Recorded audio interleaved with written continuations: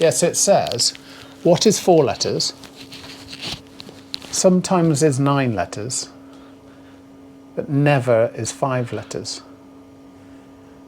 But it's Got no idea. it's literally what is 4 letters? Sometimes is 9 letters, and never is 5 letters. Hello and welcome to episode 42 of the Wheels and Wings podcast. I'm Ben Molesworth. And so am I. 3,200. That's Wynne, Garrett. 3,220 subscribers. Isn't that amazing? So we were on 2,000 the day when I said I hope we get one more before the next one. We've had 7,000 more. Yeah, that's amazing. That's crazy. Can you ever go into minus figures on subscribers? Yeah. Wow. Can you come across something on YouTube and go, do you know what? I don't want to subscribe to this, and hit like a minus subscribe button. Yeah. You do see people, you do see it go up by 1 and then go down by 1. Quite quickly. Remember when we were in here and you were excited about Tasty Records hitting 1,000? I do remember that. And there was a cheer every time it hit 1,000. Yeah. And then it would dip under again. Oh, it was because... That was me and Belle. Yeah, it was. Yeah, just stood in the corner. Because she'd subscribe, unsubscribe. Yeah. Fuck. I knew it. Yeah. It's not clever. No. We're talking about Tasty Records in a bit in the same breath as talking about Lotus, which is weird, I know, but we're going to. Okay. Anyway, how have you been? Really good. Really good. Yeah, nothing to complain about. Well, you say that, but we have just been in the pub for 2 hours complaining. Oh, yeah, well, there was that. I don't think that's the sort of fodder that these lovely people need to hear. We've just been for a little eye-opener, just to sort of de-stress, because it's been a stressful, couple of weeks. Yeah. Stressful little while, I think. Yeah. Well, there's a lot going on. There is a lot going on. So I'm moving house, which is a big thing, and there's all that going on at the moment, and my accountant reckons I owe HMRC 50 grand. I don't know where they got that figure from, but all this stuff's going on at the moment. It's all very, very stressful, and then you've got things like the Audi. Yeah. Oh, man, what a fucking pile of shite. So that's Sorry about my swearing. The second... Stressed. That's the second big German saloon that I would have predicted all day long would be a brilliant car to pull out of a hedge and get going. Did I. Yeah, clearly. Not to be Wynne. BMW 7 Series, I would have just put quite a lot of money on that being straightforward. Well, I drove all the way down to Surrey for that car with a battery in the boot. Yeah. And a couple of cans of petrol, knowing that I would just have to put the petrol in, connect the battery, and I would drive it out home. there. Yeah. Because I've been around, I've had so many BMWs, and they've always been perfect, or not perfect, but they've always worked, and that one just didn't want to work. However, if you're watching this from Tasty Classics land, the BMW is now fixed, so no more trans fail-safe mode. I've been using it for a week or so now. Episode 5 on that is going to come out soon. So what was the fix in the end for that one then? What, are we giving away mad spoilers? Oh, like that? sorry. Well, okay, fine. We'll do it. No, we'll do it. If you've made the effort to come over here and to listen to us whinge on a Wednesday. This is a Wednesday whinge. Wednesday whinge. If you've made the effort to, I'll tell you what happened. So I fucked it up. Shock. But the oil in the gearbox was overfilled by 2 or 3 litres. Hang on, you had 1 million electrical problems. So the fault was presenting itself on INPA, which is the BMW diagnostic software, as an ecstatic electrical fault. Wow. So really, really annoying. So the guy changed the ECU because the ECU wasn't reading faults properly. So it wasn't giving us the details of what was actually happening. It was just going fault blip, but it couldn't tell you what the fault was, so it was just saying electronic fault. But you changed the ECU? No, we couldn't because we couldn't program it. So they did with all their good gear. Okay. So they sorted that out, put a new ECU in, and then drained the gearbox, and now it's perfect. But the beauty of it is, it cost me 204 quid. What, for them to sort it out? Yeah. Fuck, I'd have paid them 204 quid. 3 months ago. Yeah, that has been a slog, hasn't it? Such a slug. And just being steered in the wrong direction and everything. But that is why I think it's wise. If you know, like with your DPF, I think you just go to a specialist. Yeah. And it's important to just go down the specialist route because they've got tools, they've got equipment, they've got knowledge that I don't have. Yeah. You know, I spent this week doing brakes on a Plymouth from 1950 whatever. Yeah. To go from that to a BMW, it's such a broad spectrum of cars. I can't specialise like they can. They've got, one of the reasons he knew the gearbox oil was overfilled is he's got email support from BMW Technical that they pay huge amounts of money for as a subscription, but they are a specialist, BMW specialist, and they're fantastic. It's JRS or something like that in Borton. You'll find it from that. If you've got any problems with your BMW, they're amazing. So good, I love them. I was on the phone to like Simon from there the whole time. Yeah. Chatting away to him, just perfect. And telling him what we'd done and everything. Really good to find somebody who is an expert in their field, isn't it? And it makes, and for 204 quid is nothing to them. Yeah. It's not a big bill. And yet, when I went to pay it and pick the car up, he came out of the workshop, stood in front of me at the counter where the girl was I was paying. Yeah. And he was just like, mate, yeah, love the Beam, love what you're doing, yeah, love the 7 Series, blah, blah, blah. Has he watched the videos? No. Didn't have a clue who I was. I didn't steamroll in there going, do you know who I am? No, but he didn't know who I was. But does he now? No, I didn't tell. Well, he might do, but I didn't tell him.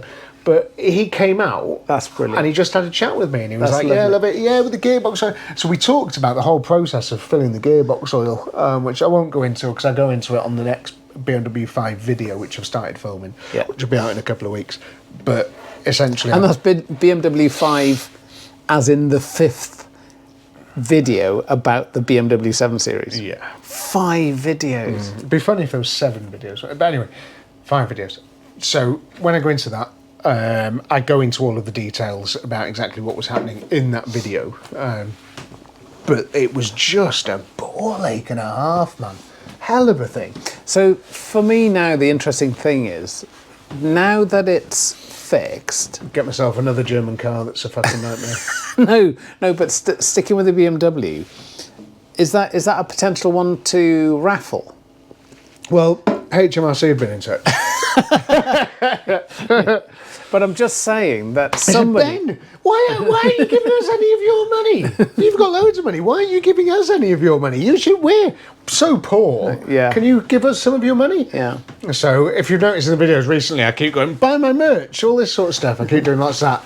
HMRC breathing down my neck, man. Only because it's got to that sort of stage where my self-assessment has gone up and fucking kicking. You need off, a different accountant. I need one that makes You need a disappear. dodgy one. Yeah. It's all very well being above board, but you need somebody who's like a bit, it's like, yeah, don't worry about that, mate. And he'd probably talk like that as well. Yeah, don't worry about that. Yeah, don't worry about that. Who's Bezos' accountant? That's what I need to know. If I build a rocket to the moon, does it mean I don't have to pay tax? I don't understand how it works. Yeah. If there's any accountants on here that knows how I could make a £50,000 self-assessment bill disappear, let me know. Yeah. Give me an email. What can you write off? Contact at Tasty Classics. So what I was saying, now that somebody, if you raffle that BMW, somebody's going to get like a car that'll do another 100,000 miles without losing... Mate, that'll do £250,000. Easily that car. Yeah. Everything has been changed, and all that's going to happen is it's going to rise in value. So, you know what'll happen? Somebody will pay £1 for a raffle ticket and get an immaculate 7 Series. So the guy who won the ZX recently paid £3. No, £3 I for thought raffle people tickets. like lumped on and got like 100 tickets. Or A lot of people do. Do they? But he was like, he just said, I always put a few quid on. I put £3 on it, and he won the ZX. I love that. Unreal, man. Have I left my filters in that bar? In that pub? No idea. It's a filthy habit.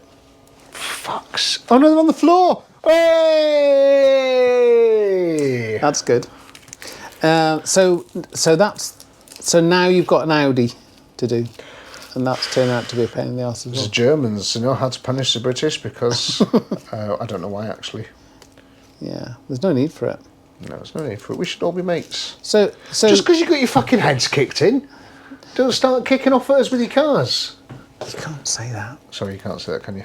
If anybody's German, We're friends now. Joking. We're more scared. We're more scared of the Americans now.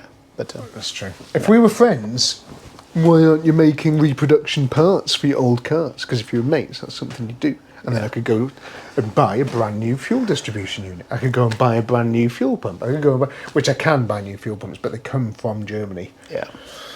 Having said that, I saw a Can you tell I'm stressed at the moment? Yeah, a little bit. Okay. I saw a video about a guy in America that's got a Messerschmitt 109. Oh, the bubble car type things. No, the airplane. Oh, bloody hell! Right, okay. You know, sorry, I should have guessed. Because of the name of the podcast. Daimler V12 engine in it. Can I just say, and this isn't, but it doesn't sound as good as a Merlin. But what does? But anyway, what a machine! What a machine! Nice thing. Beautiful. Incredible. But I love. Was that the guy that you said put a cherry bomb on it?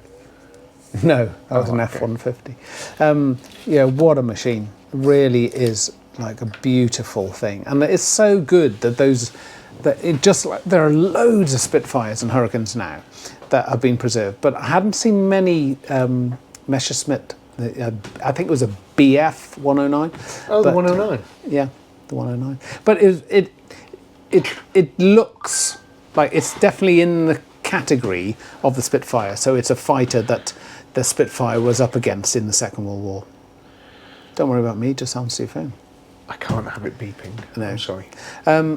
Yeah, so that was lovely. Listening to this V12 Daimler, it's like, yeah, very nice piece of kit. But as I say, not a Rolls-Royce Merlin. I don't think any engine sounds... Rolls-Royce has always been able to make an engine that whooshes, that grows, that develops in noise. You know, if you rev any kind of Rolls-Royce, a V8 in a car, or like when you hear sort of the Merlins and things, they cascade in noise. But they also thing, you know, they develop. The exhausts are about that long, aren't they? A little stubby. Yeah, of course. Incredible. Yeah. At night. Well, there was the guy that put one in the Beast, wasn't there? Oh yeah, that's right. And it's just incredible. You can't blip. You know, like a little 4-cylinder, little 4-banger, or a little 2-stroke or something. You go buck, buck, buck. You can't do that. Yeah. You put to it and it's insane. Like the power that comes out of them. Yeah, amazing. We should put one in. I don't know. There are people, there are people who children watching just have them on these massive metal frames, and they just start them up, and has a propeller on the front, just to be able to start a Merlin and listen to it and just rev them up. I sort of get it. I do as well. And they get Greta Thunberg and they strap her to a chair. And they put matchsticks in her eyes like this, and they make her watch the Merlin engine being revved and all the black smoke, and she's like, the environment, or whatever she says, as it's just billowing black smoke. Yeah, that's what they do. I think they do. And I'm all here for it. What else have you been doing? Oh, fucking hell, mate. Just there's so much going on at the moment. It's so stressful. And I seem to be just cars at the moment. I just seem to be getting ball ache jobs. There's nothing. My back is in pleats, man. I'm just underneath the ramp all the time. I've been doing the Plymouth. That is an amazing car. Hell of a car. So that's straightforward, isn't it? There's no computers involved there, so that's nice, isn't it? Yeah, but no, there's always something that's getting me at the moment. There's always something that is impeding progress to a point where I can't sort of do things. And the Plymouth's little party trick was the drum brakes. Have you taken many drum brakes off cars? I know exactly what you're talking about. I've watched a lot by my stepfather. I haven't done it personally. Right, so there's a couple of ways that you do it. Yeah. So in an ideal world, you start by adjusting the brake shoes so they come off the drum. Yeah, that makes sense. If it's just rolled out the factory, great. If it hasn't, you might be in trouble because they might be sticking, they might be rusty, all sorts of other problems. So there's drum brakes that you adjust them, and then in like an old Volkswagen Polo, you would undo the wheel bearing, and then you just pull the drum off, dead easy, because it's held in by the wheel bearing. You put it back on, dead easy. Or when you say the drum, sorry, because I'm ignorant of this. When the whole thing, shoes, everything, or do you mean just the actual metal cover of it? The metal cover is the drum. That's what the wheel attaches so to, the and that's what pads the go shoes out. hit. Yeah, get you. Yeah, and you get some that are sort of, as you very correctly and eloquently put earlier, an interference fit. Yeah. So you hammer on the back of them and then they go pop and they come off. Yeah. Great. And then there's a couple of others in between.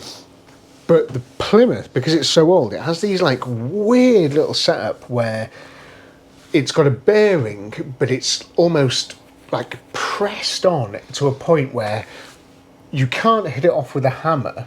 Right. And the reason being is the backing plate of the drum folds round the side, so you've got nowhere to hit. Okay. You can hit it on the side, you can try and lever it, which I did for about 2 hours yesterday. You can't get it off. And my arms were in pieces. I was red. Bit of heat? Well, but you can't, there's nowhere to put it on, and you've got bearings and stuff in there, you don't want to explode, and you've got a lot of things in there that you can't introduce. And no obvious place to like put a puller or anything like that? So, you have to buy a special sort of Chevy Mopar Plymouth type brake drum puller, which looks like a bearing puller. Yeah. Not a bearing puller. Am I thinking of a bearing puller? Which looks like a normal puller. Yeah. But instead of claws that hook round and pull off with the thing in the middle, it's got bolt holes on legs. Yeah. And the bolt holes, you put the wheel bolts in and you use the puller and it just separates it. Like you're pressing it off, but with the thing. And you hit that with a sledgehammer. That's really interesting. It is fucking shit. Yeah. I really get that. I can picture it. Yeah. Yeah, I get it's that. great, fantastic. If you've got one, I didn't. You're just wailing at it. With So the thing is, so with I'm a like percussion adjuster. yeah, the Birmingham screwdriver. So I've been waiting to do these brakes, and I knew because I'd watched a little video on YouTube of someone doing the front brakes, which is just same as you just undo the wheel bearing, thing pulls off, adjust the brakes, dead easy. So I thought it'd be the same on the back because it's drums all around, and I thought it'd be so simple. But the back, for some reason, is this weird press fit that you cannot get off, and I can't make anything that would work for my bearing puller. I can't do anything like that. I'm fucked. And I get in there, and I've got 1 day left of filming. I've got 1 day left of filming, and to get the video out. Hang on, why have you got? Oh, to get the video out in a week. So I've got until Sunday for a video to go out. Yeah. And with editing, the editing takes forever, and all this palaver. I've got 1 day left. Yeah. And I go to start it, and I can't get the radio drum. So I spend 2 hours hammering away, almost breaking the backing plate, which is irreplaceable. I can't get another one of those. All this, and it's a massive job to change as well, because it's part of the axle on the back. All this stuff, can't do it. So I have to order a special tool off eBay, which is going to take a few days to arrive. Big problem, bit of a nightmare. So I couldn't do the rear brakes on the Plymouth, but I have done the front brakes. Yeah. So the Plymouth now has brakes, which is amazing, which enabled me to finish the video. But in order to do that, what I did, quite legally, before anybody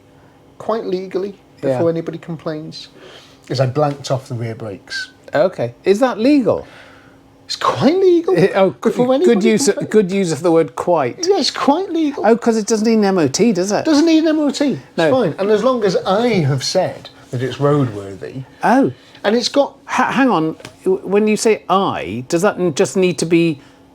If it's your car, you're self-certifying, Wynne. I don't think I've ever been this happy. It's great, I need to get a car that's more than 40 years in. Anything over 40 years old. Yeah. You can say whether or not you think it should be on the road. So anything that was on the road when I was 2... When you were 40. Rod. You're about...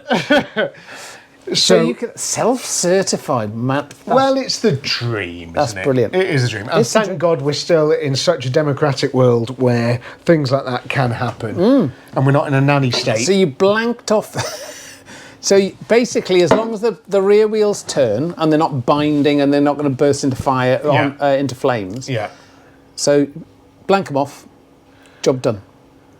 Well, I blanked one of them off, so one of them still worked. Oh, so you got 3 brakes? Yeah, because the only reason I had to blank it off was because the wheel cylinder was leaking. Yeah.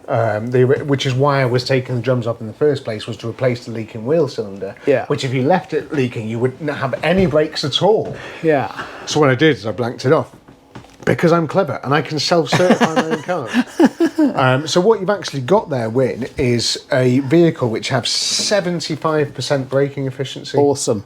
That's a high number. Yeah, well, it depends on how well each brake works, but yeah, I see what you've done. 25%. Of the 100%.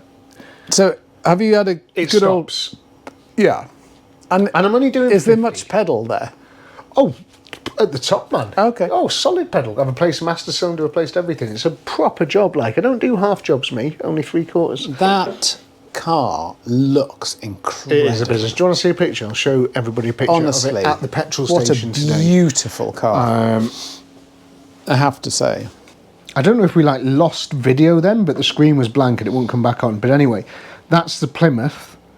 It's a God, what a beautiful beast. thing. What an absolute unit of a car. But it's a really beautifully proportioned classic car, isn't it? Well, because the driver is beautifully well proportioned. Yeah, I see what you did there. It's not that, is it? Can we talk about fitness for a bit? Because I'm not fit. No, I am. How much weight have you lost since we started doing this podcast? Is that 18 months ago? 18 months? 42? I can't remember. It's about 18 months. I was 19 stone 13. Were you? I was. I think that's what did it, because I was knocking on the door of 20. 20 stone? Yeah. How do you know that? Did you? I weighed myself. Yeah, but I mean, why? I can't remember the last. It must be 15 years since I have no idea how much I weigh. Well, maybe you should get a set of scales, mate. Why? Okay, so knocking on the door of 20 stone. Yeah. How did you feel at the time? Because we've done the blood pressure thing. So like male health and all that. Well, so... And I'm saying male health because 99% of the people who watch this are men. Representing you guys... Times are tough for us guys at the moment, So what? Can you remember how you felt? Did you feel unhealthy? Oh, or did you feel so unhealthy? I was just disgusted. Obviously, I talked about this on a video a while ago on the Tasty Classics, but the problem was that I was very, very miserable in a relationship, and I was being fed by this woman. She was just feeding me to placate me, and then she was going to break my ankles, like in that film. Yeah. What was that called? Is it Misery? Misery. Yeah. But that's what she was doing with food. So she was, and I just hated myself, and I was just getting worse and worse and worse, and it was really bad. So the first big chunk of weight dropped off, and then I got on the old Mounjaros and sort of tried to sort of down that down. And obviously the running is, I think, just the best thing, because it allows you to dip into your calories. So if you're craving something, go for a run, and it'll take care of it.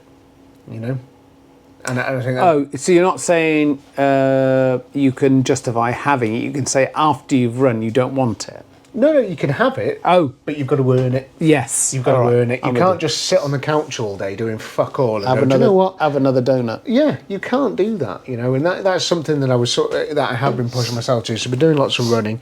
Anyway, so we're starting to try and, work out and stuff now, and that's part of the moving house thing and things. But essentially, I've got to 13 stone 8 today.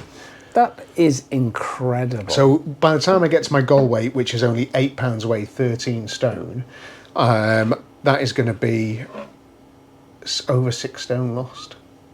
That's a lot. That's a hell of a lot. But I feel better. I feel fitter. And it's changed my complete look and the way I feel about food and the way I sort of... Because you learn to sort of have better stuff. I think you've always been all right with food, really. Well, all right, yeah. You've not been a kebab guy. So what I've always done is, and like we're in a... I know it sounds... I'm not just saying this, but a flying suit is like it's like wearing overalls, isn't it, or a big baby grow, like all the time. Or a normal size baby grow for you. I wore that for 28 years, and when you're fat in a flying suit, you stunk. Jesus Christ. But I wore one of those for 28 years, and what I never did was go up a size. So it's like, oh mate, this is really like tight. I need to do something about this. Oh, I see. So I've never, because you can just go and get another size, can't you? But you use that as a trigger to cut down. Yes. So I've always done that. So when my clothes get tight, I don't get bigger clothes. I just do something about that, and I'm not being clever about it, but that's what I've always done. So it's a great way of doing it. Yeah, yeah. Was there anybody there that did noticeably grow throughout your time? Oh my God! Yeah, I mean, I don't want to use his name, but like a proper fighter pilot, tornado pilot, and it's like how we got into a Hawk cockpit. I do not know. He must have. I've been in one of those. He must have. Very tight. He must have come out like in a like an square shape. Square shape.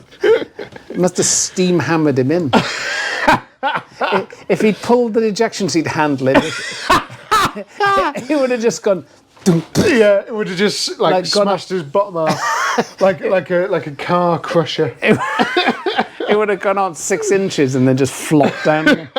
Yeah, but yeah, so yeah, certainly people put on a lot of weight, but not many because it is very physical. So flying a Hawk, like if you do 3 sorties, which is very easy to do in the summer, 3 sorties in the day, every time you come down, you're wringing wet with sweat. Bloody so physical. So, so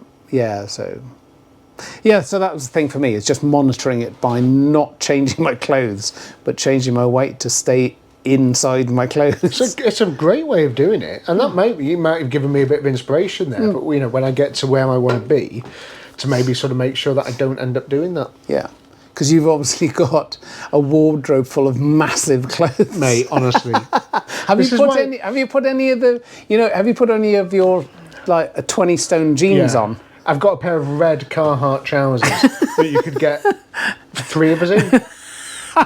It's fucking insane. It's crazy. And no wonder HMRC are coming after me, because I used to buy all these clothes and then all of a sudden I'd be getting new ones. Yeah. They didn't fit anymore. Yeah, that's true. I can see that. Fucking so annoying. And you can't claim back for uniforms. I don't know.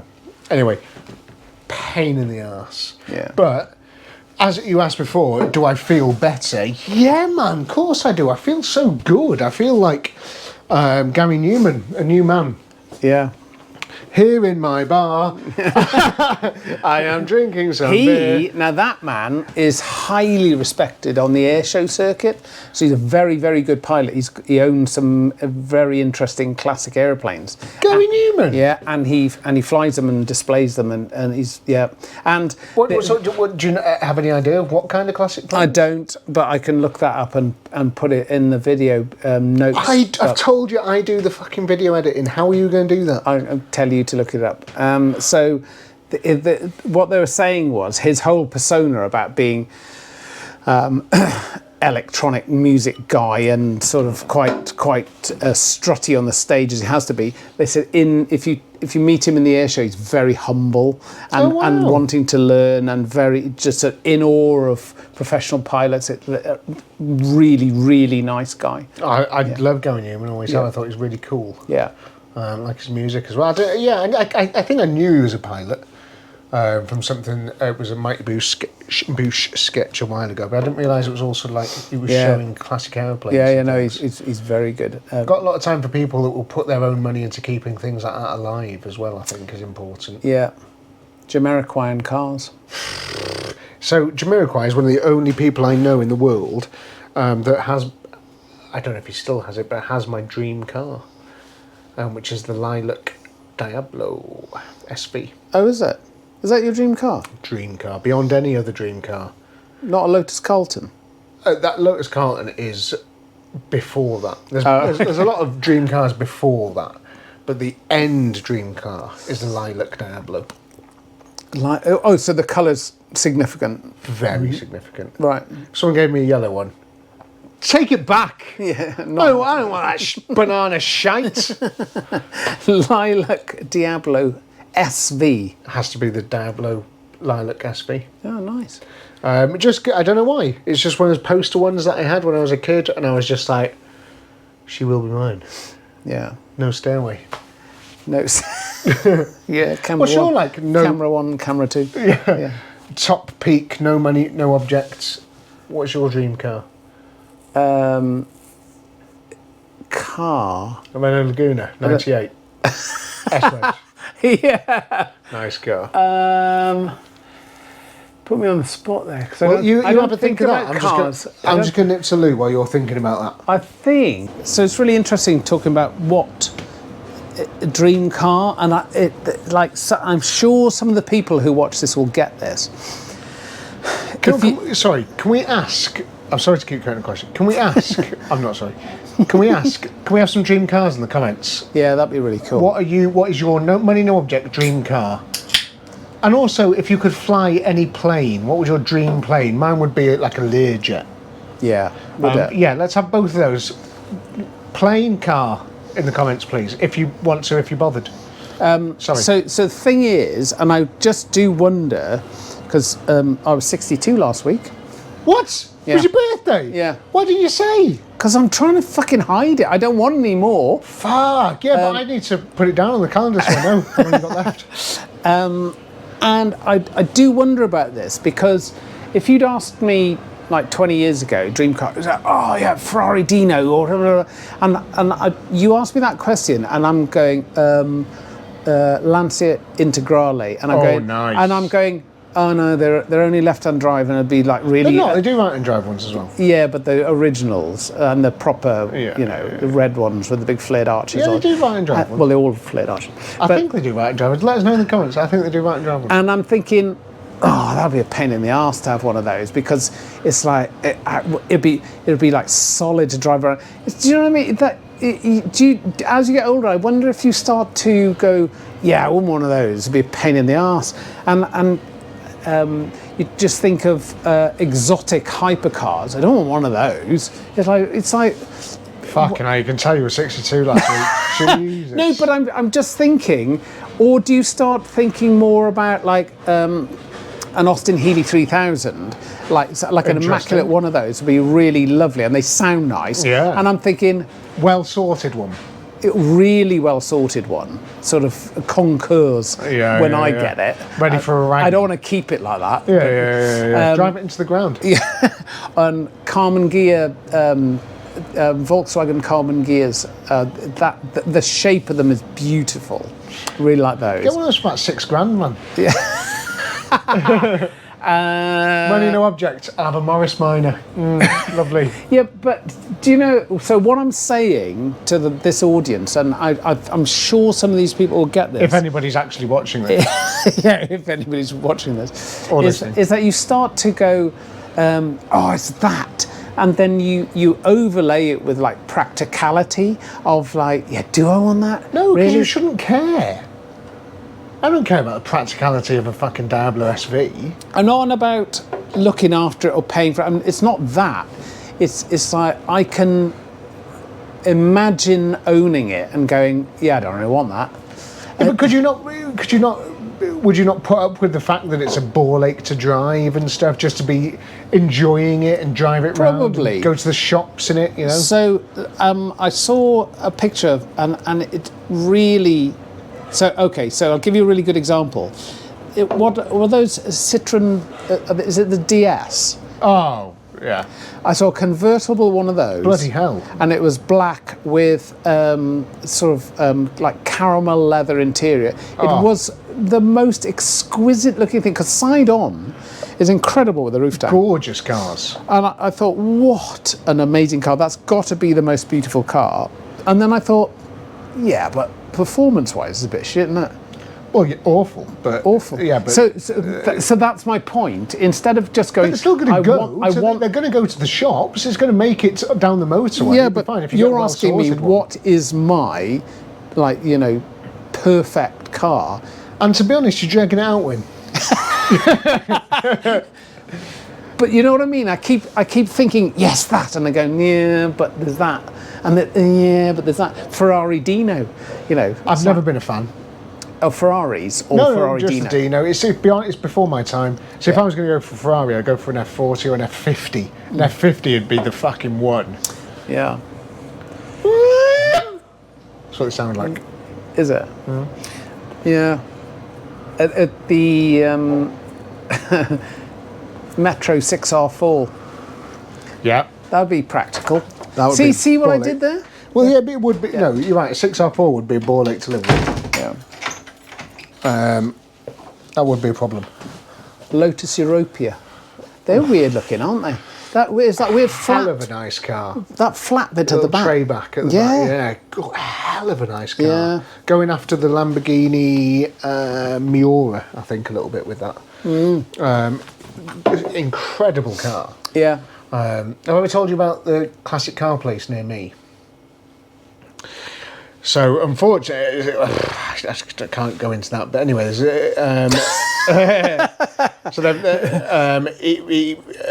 if anybody knows him is listening, he went into a coma recently, which is crazy. Oh shit. Yeah, but hell of a nice rubbish. guy, amazing bloke. Just what he doesn't know about classic cars isn't worth knowing. He does all the Lamborghinis and stuff, and Ferraris, Aston Martins, whatever. So, but he was always a bit funny with how he ran a business, and I think that led to his problems health-wise and stuff. But he was telling me once, because he was like, I was just chatting away to him in the office, and I bought him some biscuits because he'd helped me with a clutch pipe on an MGB. And he was like, yeah, just things are tough at the moment. And he's just like, money, just cash flow is just the biggest nightmare in the world. And he said, I've got this Miura on the ramp, and it's Lamborghini Miura on the ramp. Wow. £250,000 car, just astonishing, gorgeous thing. And the guy that owned it had aquaplaned into a ditch, and because he couldn't drive, obviously. Yeah. Aquaplaned it into a ditch, and he'd smashed the side in, but only the door and the door glass. Yeah. So the door glass had smashed. Yeah. But as it was happening, he'd killed the clutch, because again, he can't drive. So he bought it to Simon to repair. What do you mean he killed the Sorry, clutch? I mentioned his name there, sorry. I don't know the ins and outs of how he did it, but he did. It would have been a case of going into a spin, putting your foot down and spinning and all this sort of stuff, and just basically killed the clutch. How do you know to bring it to Stephen? Stephen, that's his name. So he took it to Gerald, and so he had it in his workshop, and he was like, so the clutch had to come from Japan. Bizarre. But this clutch had to come from don't Japan. ask. Yeah. Don't ask. The clutch had to come from Japan. They don't really make them anymore. Clutch had to come from a special order. Thousands of pounds. And because he aquaplaned, he was like, can you put some tyres on it for me as well? So he put, try and find rear tyres for a Lamborghini Miura, darling. They're just so expensive. Special. And, you don't want modern tyres. You want to get a real faithful recreation, so you can aquaplane it into a ditch. So he did all of this work. So you're talking clutch, probably associated cylinders, that type of thing, Bodywork. and a bit of bodywork, and then tyres all round, all this sort of stuff, and repaired the bodywork on the door. So Simon's done all this work, and for the entire time that he'd been doing it, he'd been trying to source a passenger door glass. Right. So, been trying to source it, couldn't source it. He's done all this work, and it's sat on the ramp, done. And he was like, I can't get this fucking door glass. I can't get this door glass. There's a company in Italy that is saying they're going to make one for me, and they're going to send it over, and I'm going to do that. And I'm looking at 6 weeks before that's going to be delivered. And you're talking thousands. You're talking thousands for a glass of a door. It's something that cost you 30 quid from a scrappy for any normal car. Thousands of pounds. And what he'd done is he couldn't, because of the type of people you're dealing with, you can't part bill them, because they're dropping their car off to you, and you've got all these other supercars around you with the knowledge that they're going to drop the car off, you're going to fix all the problems, they're going to come and pick it up and hand you, thousands and thousands of pounds, tens of thousands of pounds as a bill. What you can't do is pick up the phone to them halfway through and go, just a bit short of cash, mate. Is there any way you could pay a bit? Right, yeah, because all of a sudden they go, I'm dealing with somebody a bit dodgy here. Who have I let loose on my car? On my almost one-off car, yeah. Yeah, so this was happening. So he said to me, so I'm waiting for this door glass, and this guy has got something like a 25 grand bill. And Michael had outlaid all of the money for all of the parts out of his own pocket. Everything was paid for. But he couldn't bill him until the door glass arrived and could be fitted. And it was just a massive problem cash flow wise. And he said, that's an example, that's an extreme example, Ben, but it's the same with every single vehicle here.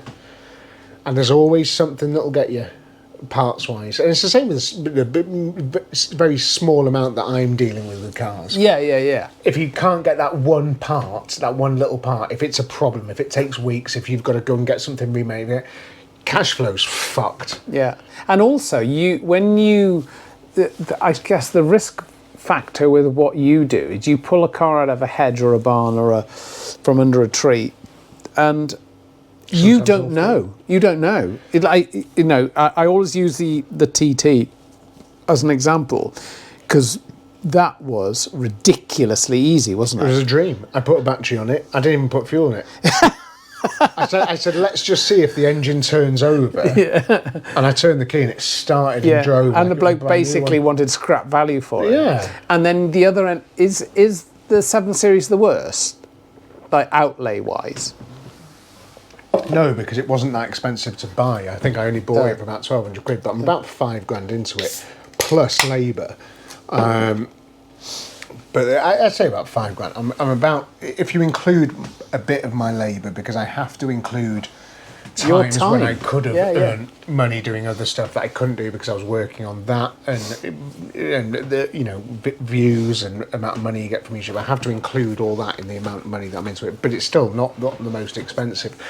A couple of the most expensive. Plymouth was the most expensive to buy. Right, that's worth it. Worth it, totally. So will you hang on to that forever?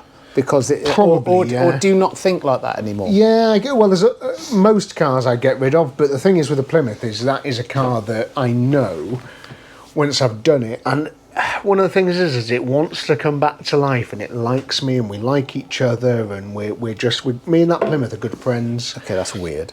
Now, what are you talking about? And the difficulty is with something like the Beamer. The Beamer doesn't like me, so it probably will get raffled up. I love that. Because my relationship is soured with that car. Yeah, no shit. So I don't want to be in bed with that Beamer anymore. So it's going to go. But the Plymouth, it's been limping around on three legs. Yeah, it's been good to me. That Plymouth has been very, very good to me, and I've enjoyed all of it. And it's just been nice, and I love the look of it. I love the drive. I love when I drive it. I can just put my arm out there, and I'm just like, it's such a great car. So because of that, Fonzie. I will hold on to that. I like American stuff as well. I do. So yeah. So what is the most expensive car you've bought? So not the most. The one that's cost you the most money to sort of get going. You might not have it anymore. It's probably the Plymouth. Oh, is it? Yeah, but that's what I'm trying to do this year. Is I've always said to myself, I'm going to try and up my game in terms of quality, car cost. So there's a bit more interesting viewing for people of cars that maybe you sort of.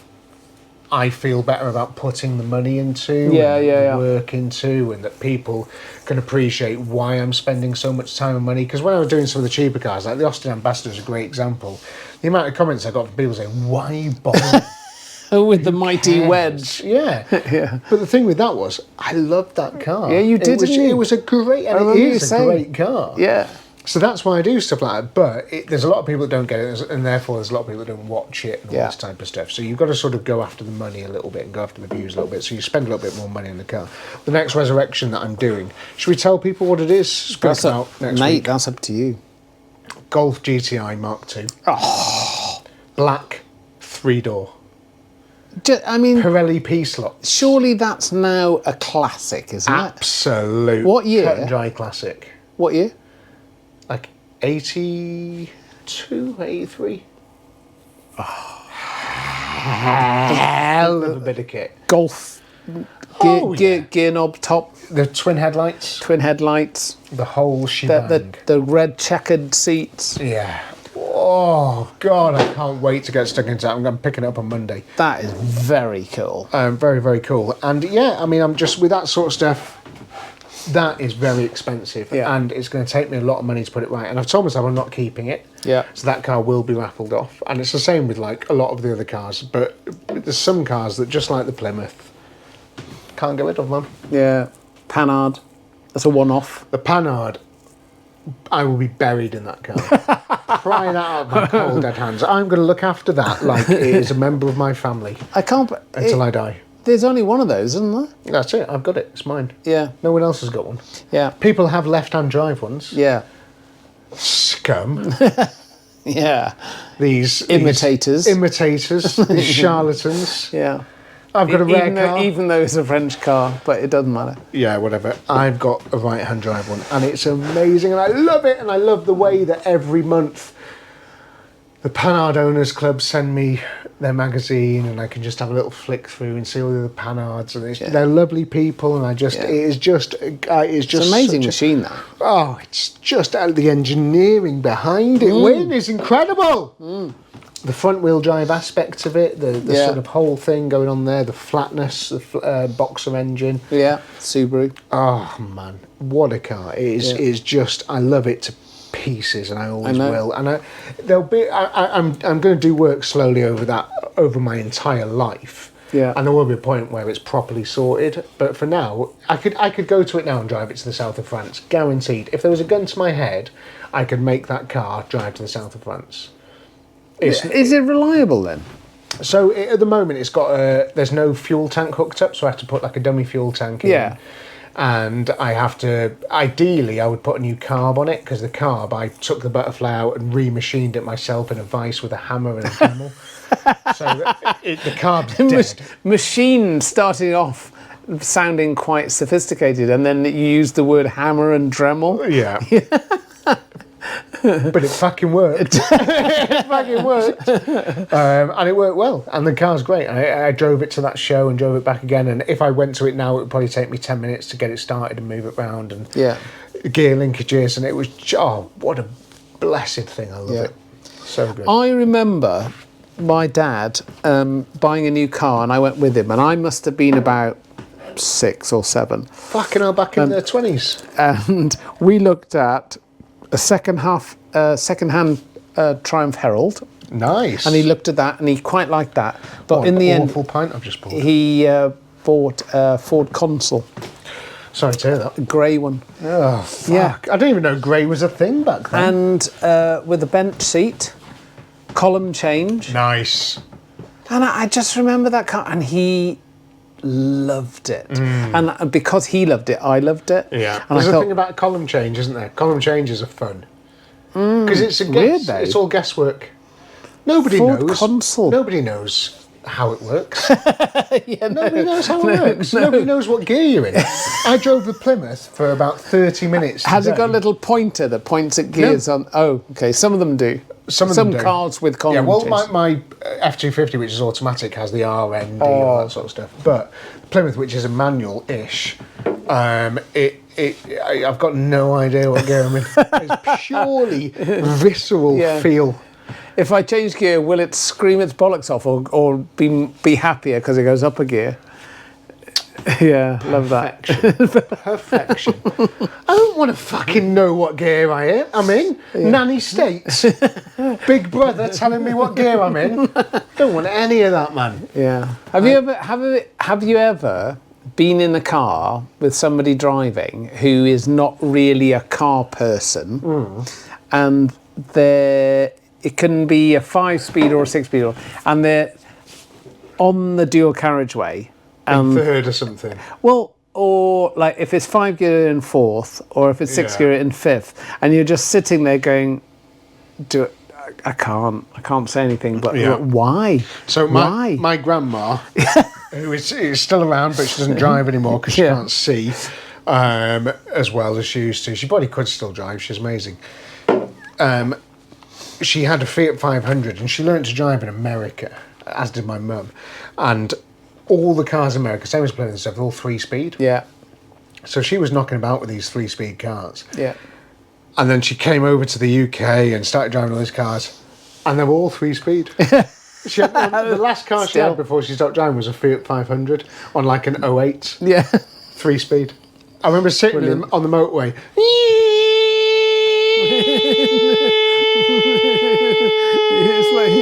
She's a fucking gear. And she just didn't. She just wasn't interested. I said, do you not want to change up the gear? Oh no, we're coming off soon. Yeah, done a waste gear metal. With a little fucking 500 screaming its tits off. Yeah. There's a customer that used to go to my stepfather's garage called Mrs. Blbrook. Wow. And How hell of a memory. yeah. And she's a very, very posh lady. And she had a Morris 1100. And she only used first. She did not know how to change gear.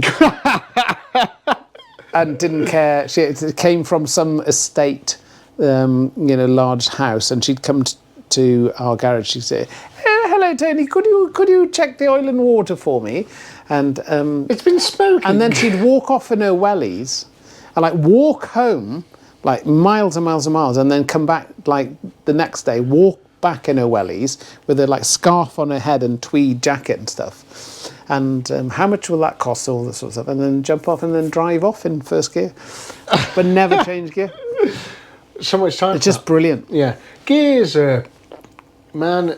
But who needs gears? You just need revs. I do. Oh, but you need good valves and valve springs. Same car. Good cam. So do a service on it, and she'd come in for a service like every 2 months, and he'd go, "There's no Mrs. Blbrook is fine." No. I'd like you to look at it, please. I want to keep it tip top.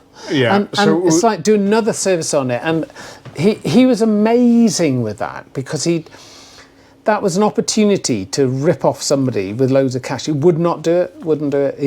He'd come back and give her like a random, in the 70s, 25 quid bill. And she's going, "Oh, thank you so much," and not question it. And if he'd said 225, she'd, "Oh, thank you so much." Yeah. But he wouldn't do it because he said, "Well, I did it 2 months ago." Yeah, but what did happen is the guy Mervyn who worked for him, he said, "Just take that up the road, make sure it's all right." And he'd come back, and I remember standing outside the garage in the pouring rain and hearing this Morris 1100 screaming down the road doing about 65. Yeah. And then he'd pull on the handbrake and do like 3 pirouettes down the road. Nice. And he'd pull in, and my stepfather would go, "You daft bugger."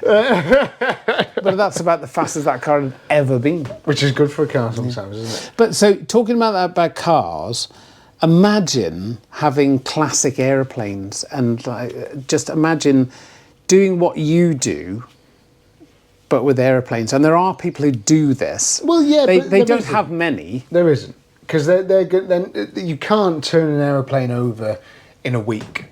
I agree. I'll bring a car back to life in 1 week. No, you can't. But there are 2 people weeks, 3 who weeks. bring old aeroplanes back to life. And yes, it might take 2 years, not a week. But how cool is that? The reason is because there's no laybys in the skyway. Yeah. Yes. There's no hazard lights. On the Hawk, when I was in the cockpit and we were looking through, I couldn't for the life of me find the hazard light switch. Yeah, because you're not much point letting other people know you're slowing down. No, as you're plummeting to the earth. No brake lights. No brake lights either. No.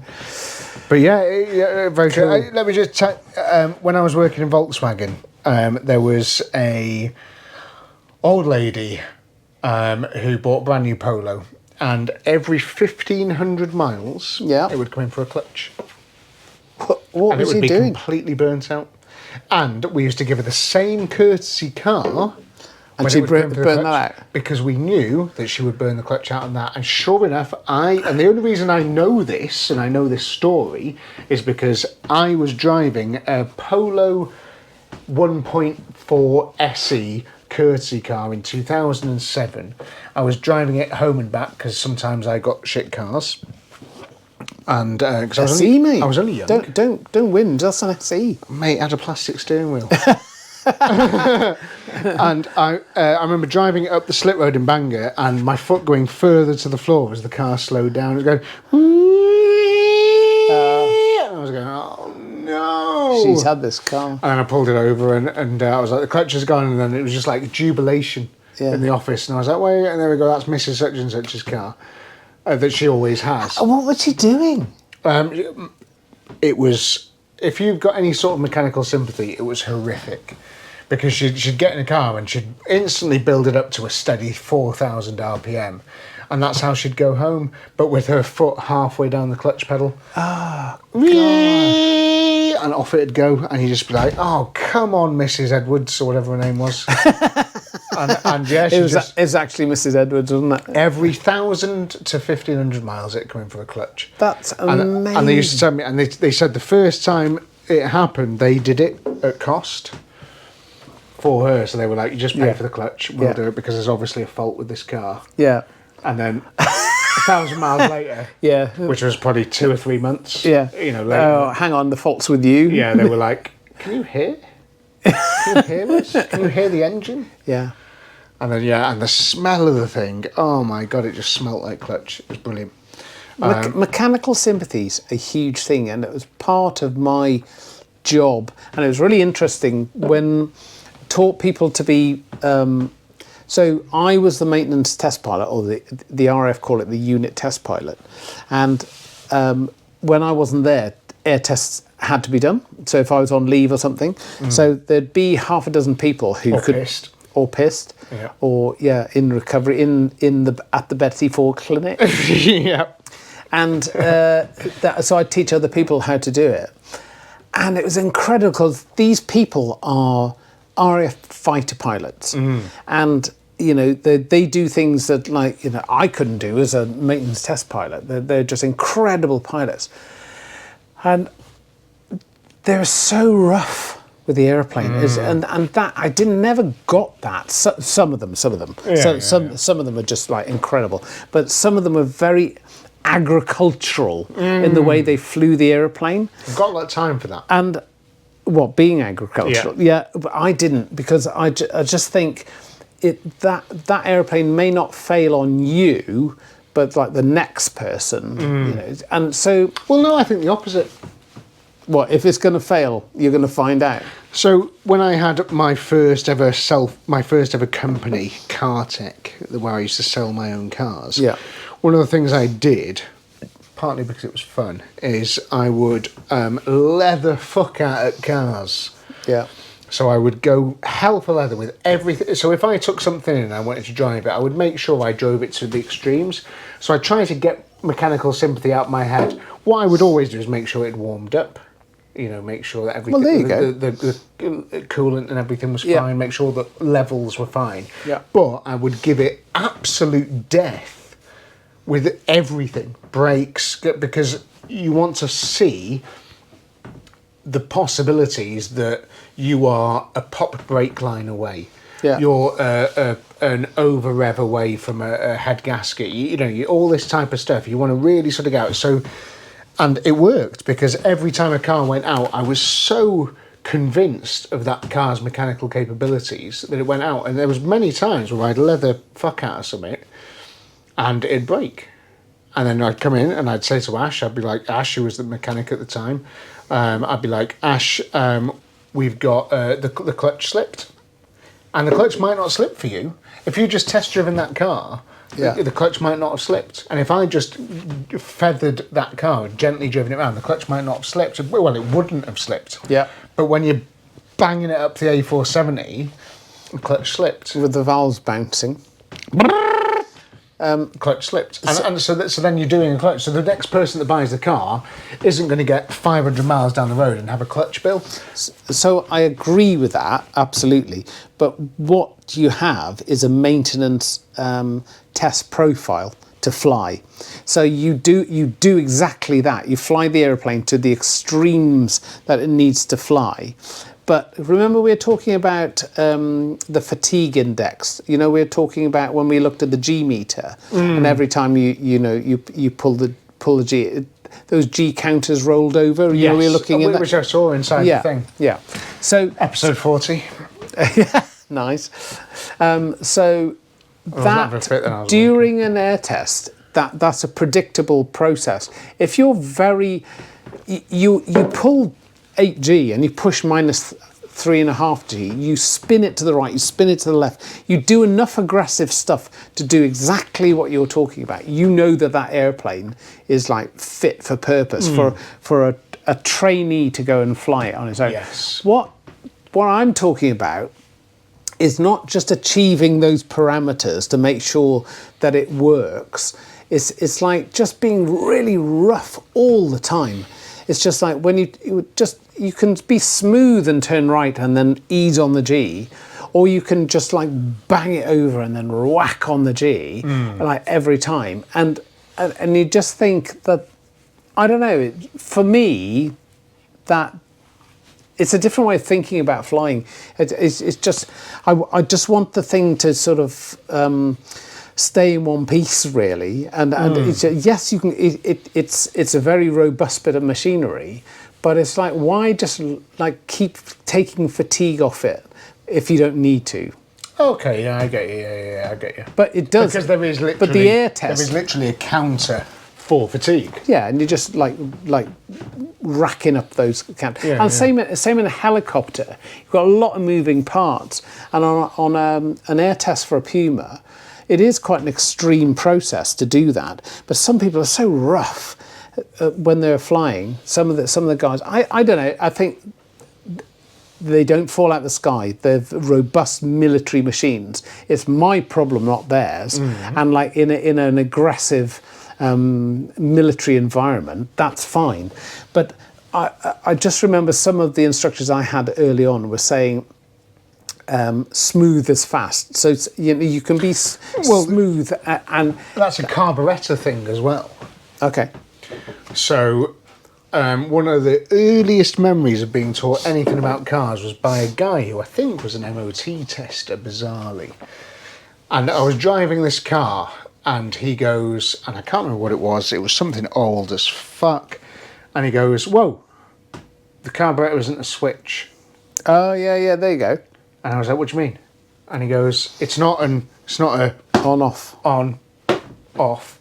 He says the carburettor your engine will perform better if you introduce fuel. If you introduce fuel and air. That's exactly what I'm talking about. Because if you're suddenly flooding the engine with fuel and air as fast as you can, if that engine hasn't caught up yet, you're going to bog.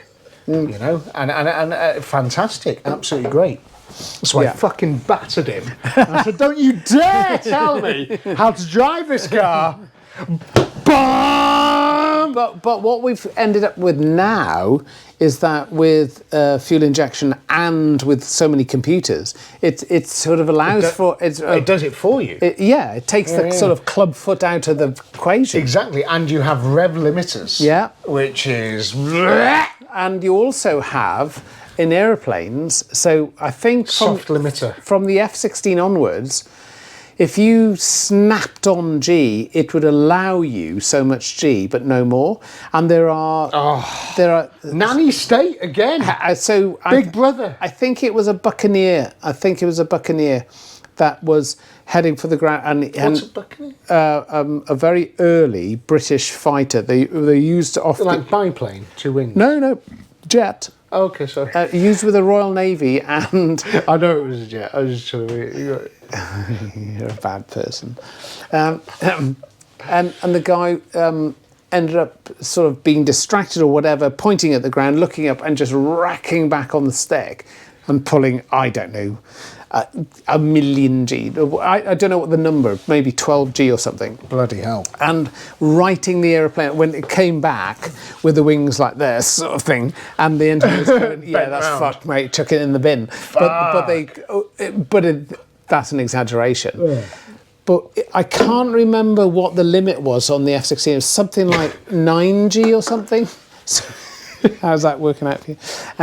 And I think, so in that scenario, you pull back and it's like, well, I see what you're trying to do, but I don't want to overstress myself, so I'll give you 9. You say, yeah, but I need 12. Yeah, because there's a fucking rock. And it's and it's coming up so fast. And they've worked out, in that scenario that, and these numbers may not be right, by the way. When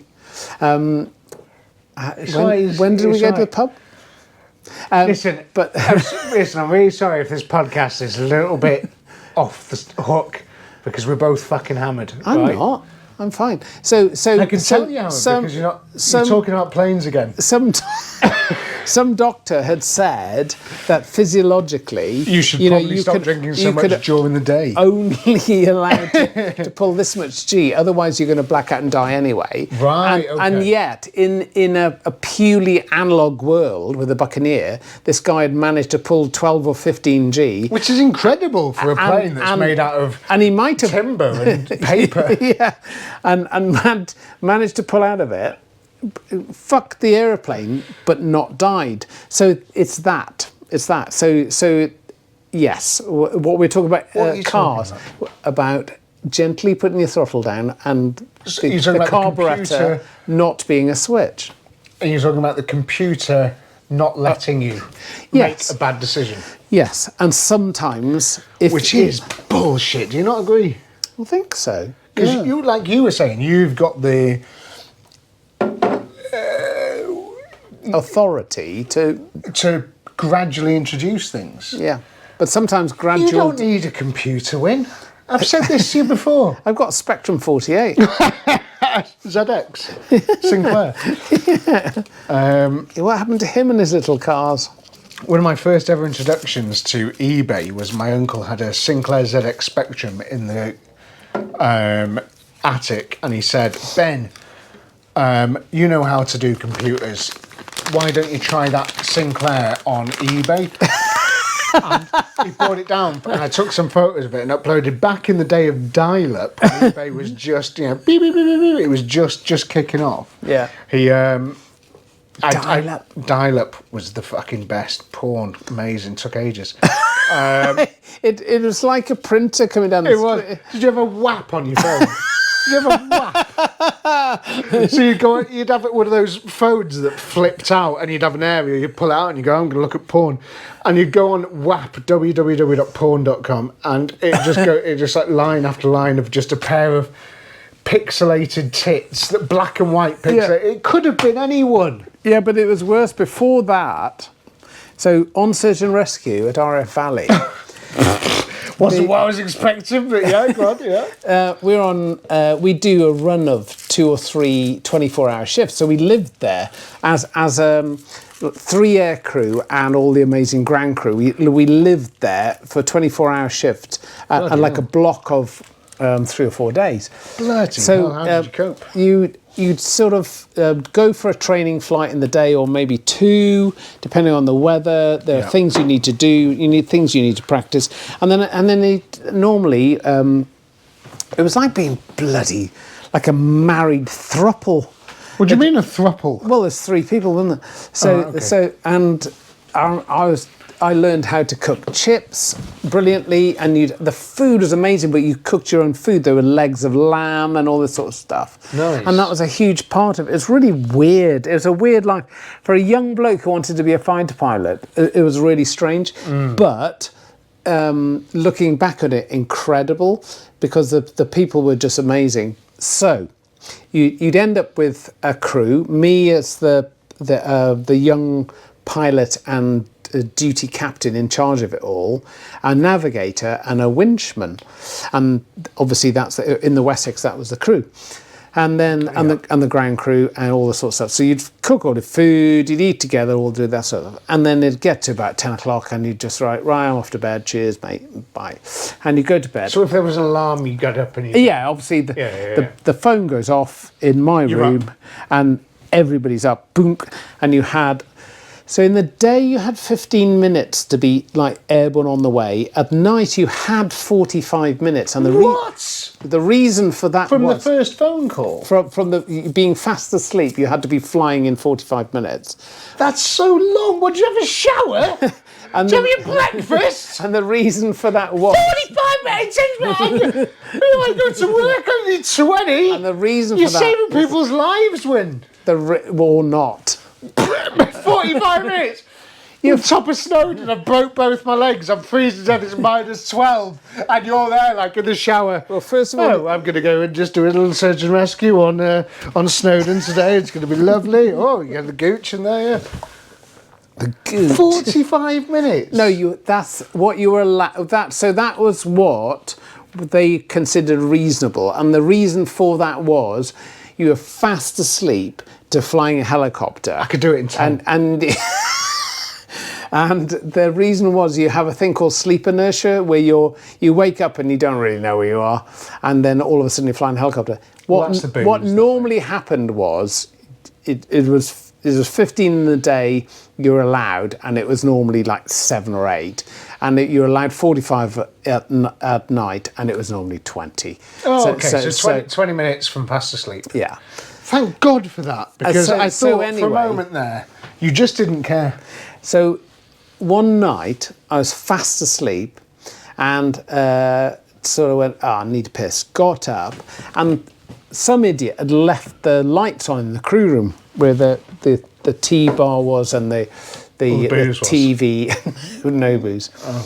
So I went up there to switch it off, and I went in to see the most horrific thing I've ever seen in my life. As I approached the door, there was a navigator whose name will remain nameless. Gavin? There wasn't Gavin. Oh, okay. And there was, at that time, when was that? It was 91. There was a thing on the television called Tutti Frutti. Nice. Have you heard of it? Is it the same thing as like Euro trash? Yeah. Yeah. So it's basically a thing in Italian. Yeah. It's like an Italian game show, except that there was with topless women. Do you remember Topless Darts? No. Mate, Topless Darts on Men and Motors. If you remember Topless Darts on Men and Motors, it was the fucking best. Topless Darts on Men and Motors. Tutti Frutti. Yeah. And it was on late at night because it's like Italian Euro stuff. Yeah. And this particular... I nearly said his name. Go on, what's his name? Tell us. He's probably fucking dead anyway. Come on. So he had an interesting relationship in that he did not wear any of the trousers in it, and it wasn't very equal either. So we've all been there. His lady was a little... Hey, like and subscribe. Is a little bit dominating. Oh right, okay. And not in a good way. And so he was there, and the thing about Tutti Frutti was, it was 3G. No, not 3G. Wow. 3D. 4D. What? No, what's the 3D? What's the 3D? 3D.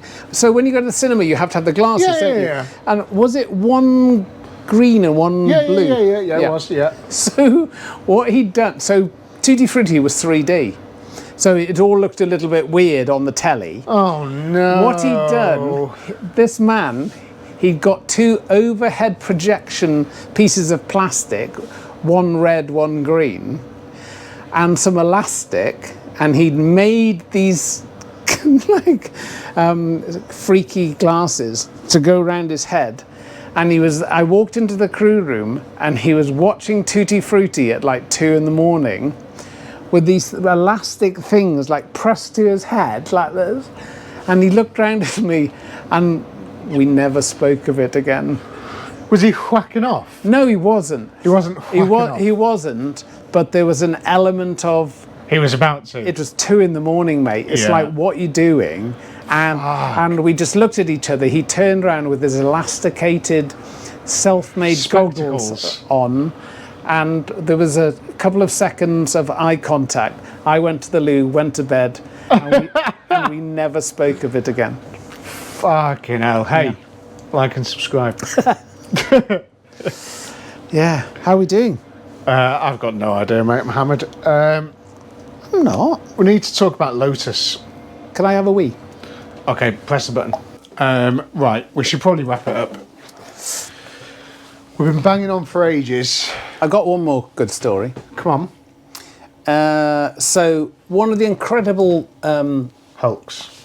Hulks on the last video, no, the one before, about the hawk going to Malta, which flew to the Malta Air Show.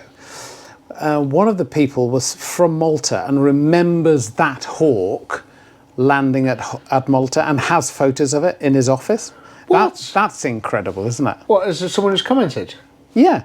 No way. So they said, oh, I remember that. And I think I've got a photograph of that aeroplane in my office in Malta. No way. How cool is that? That's so cool. Yeah, so I thought that was worth pointing, that was a lovely connection and sort of like completes the circle, really. It's quite nice. Like and subscribe. We good? Yeah, I think, listen, sorry this one's been a little bit haphazard. We've got so much going on at the moment, both of us. Wynne's struggling a lot with work because of all the wars, and he is he's an agent of death. That's not true. So Wynne's been doing that, and I'm moving house, and HMRC keep fucking... Giving you bills. What you do? What do you mean, 50 grand? Yeah. All the time. So just stressful at the moment. We're just going to crack on doing things. And as you can see, this is a bit of light relief. We absolutely love doing this. Yeah, and we went out for a bit before this as well. It's like 10 o'clock. So anyway, thanks very much for watching. If you have enjoyed this, hit the like button, hit the subscribe button. I don't know if I've mentioned that. You may have, I'm not sure. And comment your no money, no objects, favourite car and plane. Yeah. Oh, hawk for me. Red Arrows at Glastonbury. How cool was that when Pulp was playing? Well, it was really cool considering that I've been in one. Yeah, that's very cool, yeah. I know you say we've flown. Whatever, I don't care about that. At least you've been in. That's the main thing. That's the main thing, is that I've been in one. So, yeah, thanks very much for watching. Thank you. And we'll see you in the next one when hopefully things have calmed down a bit and we can get back to a little bit of routine. That'd be nice, wouldn't it? Be good, that. Yeah. What are you doing later? Do you want to come for a pint? Let us know what you're doing later. Let us know in the comments. What are you doing later? And we'll see you again soon. Cheers. Bye. Bye.